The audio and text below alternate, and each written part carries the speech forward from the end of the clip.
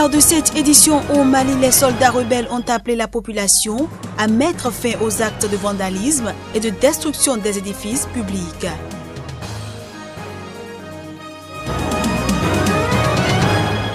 Des experts indépendants ont qualifié de fabrication les accusations de détournement de fonds et de tentatives de déstabilisation politique lancées contre l'ancien président du Botswana, Ian Khama. Et puis au Nigeria, des étudiants ont manifesté ce mercredi devant le ministère de l'Éducation pour demander la réouverture des universités à Abuja.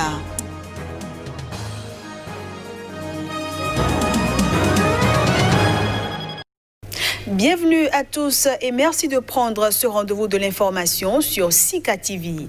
Au Mali, le colonel Assimi Goïta a déclaré ce mercredi être le chef de la junte qui a renversé la veille le président Ibrahim Boubacar Keïta.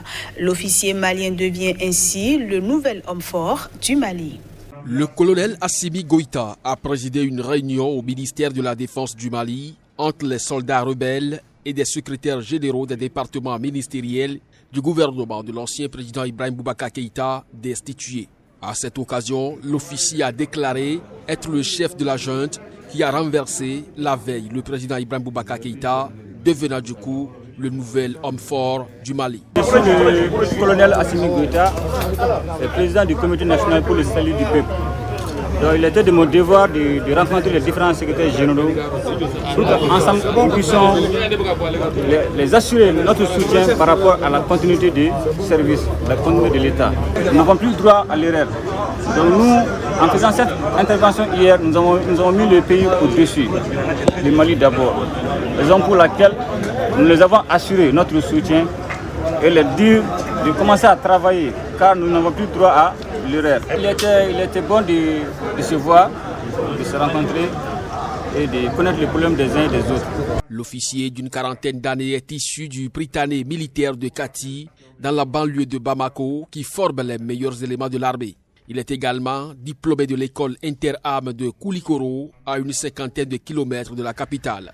Le mouvement de contestation, qui réclamait depuis des mois le départ du président malien, fêtera vendredi la victoire du peuple malien.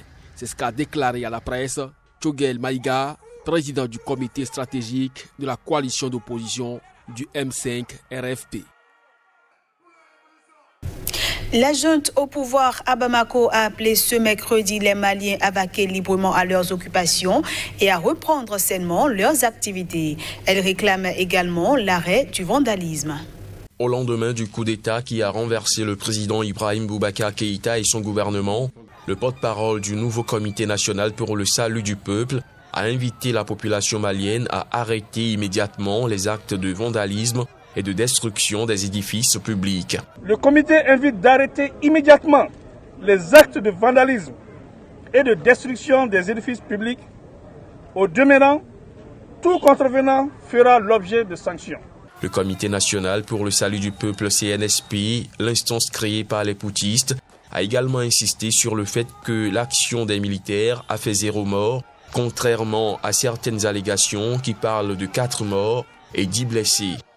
Le comité insiste que lors de ces activités, on a déploré 0 mort, contrairement à certaines allégations qui parlent de 4 morts et 10 blessés.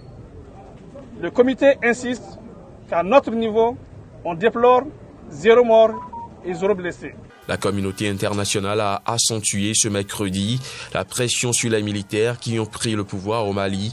Les États-Unis, l'Union européenne et l'Union africaine réclamant la libération immédiate du président Ibrahim Boubacar Keïta, toujours détenu au lendemain de son arrestation par l'armée. À l'issue d'un sommet extraordinaire de l'Union européenne, les 27 ont réclamé un retour immédiat de l'état de droit au Mali.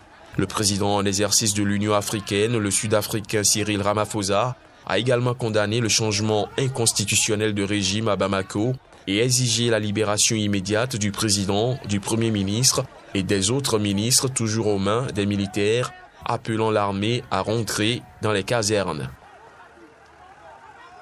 Je le disais en titre au Botswana, les allégations de blanchiment d'argent et de tentatives de déstabilisation portées contre l'ex-président Ian Khama sont sans fondement. C'est ce qu'a affirmé ce mercredi le cabinet d'avocats britannique Omnia Strategy. Dans un rapport publié ce mercredi, deux cabinets d'avocats basés à Londres, Alaco et Omnia Strategy, fondés par Cherie Blair, épouse de l'ex-premier ministre britannique Tony Blair, ont conclu que les accusations de détournement de fonds et de tentatives de déstabilisation politique lancées contre l'ancien président du Botswana Ian Khama par son successeur relevaient pour une large part de la fabrication. La réalité est que tout ce que nous avons trouvé, comme nous l'avons déjà dit, ce sont des mensonges et des fabrications, des comptes inexistants et des transferts inexistants et une somme d'argent incroyable. Ces faits, je pense, parlent d'eux-mêmes.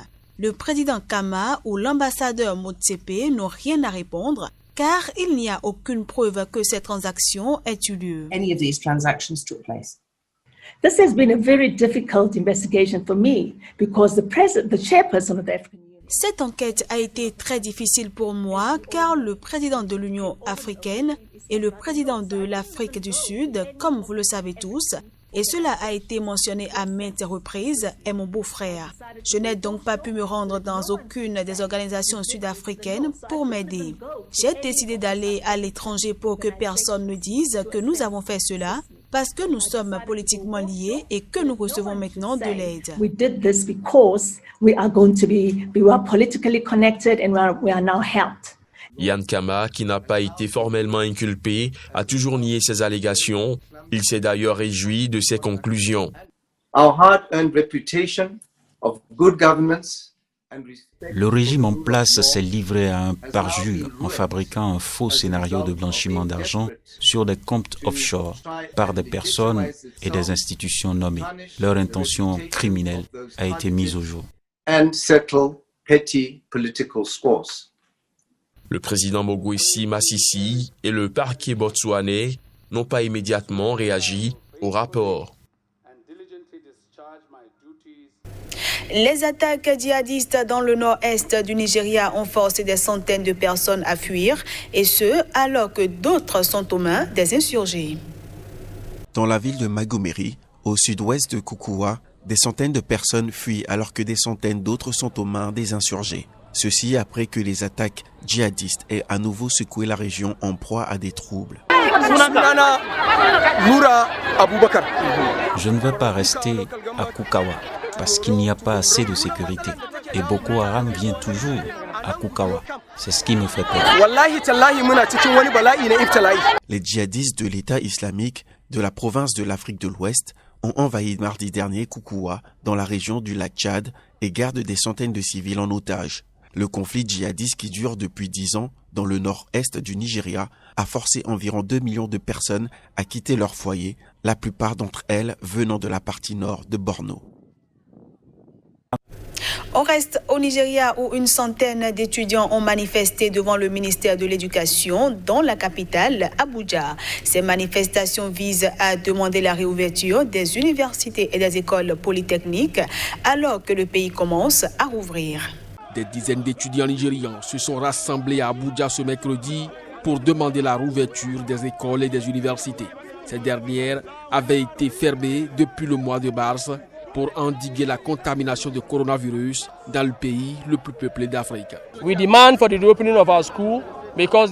Nous demandons la réouverture de nos écoles, car le secteur de l'éducation scolaire est le secteur numéro 1 de toute nation progressiste. On nous dit qu'il y a une pandémie et ils ne font rien, parce que c'est le cas.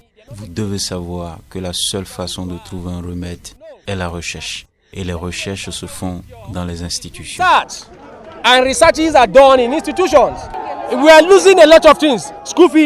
Nous perdons beaucoup de choses. Des frais de scolarité, les loyers des maisons.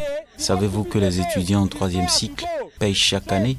Donc plus nous restons, plus ils payent de frais de scolarité. C'est le paiement au fur et à mesure.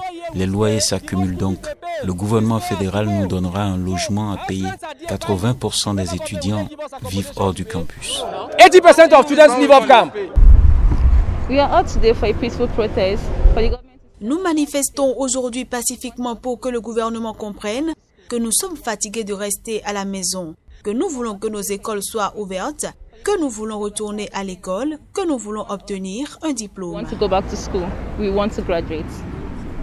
Cette manifestation des étudiants intervient alors que début août, certaines classes du secondaire ont pu ouvrir leurs portes aux étudiants qui avaient des examens, notamment ceux pour pouvoir accéder à l'université. Les mesures de confinement et de distanciation sociale mises en place en mars, quelques semaines après le premier cas de coronavirus dans le pays, sont partiellement levées depuis le début du mois d'août, avec notamment la rouverture des églises et des mosquées dans l'état de Lagos, épicentre de l'épidémie. Officiellement, près de 50 000 personnes avaient été infectées au coronavirus ce mercredi et près de 1000 sont décédés. Mais les tests réalisés sont largement insuffisants dans ce pays de 200 millions d'habitants. Pour finir cette édition en Afrique du Sud, une récente série d'affaires de corruption liées à la pandémie du coronavirus a écorné l'image du président sud-africain.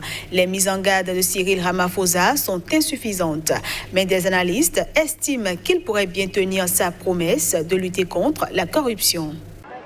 Dans une Afrique du Sud toujours engluée dans les scandales de la présidence de Jacob Zuma, les accusations de détournement de fonds publics destinés à la Covid-19 ou au soutien des populations n'ont surpris personne. Les ONG en charge des plus démunis se sont d'abord émus de la gestion très personnelle de l'aide alimentaire par certaines autorités locales. Puis certains hôpitaux ont dénoncé la disparition de lots entiers de matériel qui leur était destiné. Cette corruption-là est plus réelle, note une économiste, quand elle touche des familles qui ont faim et attendent leur colis alimentaire. Sa réalité est d'autant plus rude. Le phénomène a pris un tour politique le mois dernier lorsque la presse a révélé les irrégularités qui entouraient l'attribution d'un contrat attribué au mari de la porte-parole du président, Kusela Diko, contrainte de se mettre en congé le temps de l'enquête. D'autres personnalités du Congrès national africain, l'ANC, au pouvoir ont depuis été éclaboussées dans d'autres affaires, dont son secrétaire général. Tous ont bien sûr clamé leur innocence. Sommé de réagir, le chef de l'État a promis de traquer les hyènes qui rôdent autour des proies blessées. Lorsqu'il a succédé à Jacob Zuma début 2018, Cyril Ramaphosa a promis de tordre rapidement le cou au pillage systématique des ressources publiques autorisé par son prédécesseur et de punir sévèrement ses auteurs. Mais à ce jour, bien peu ont fait l'objet de poursuites et encore moins ont été envoyés derrière les barreaux.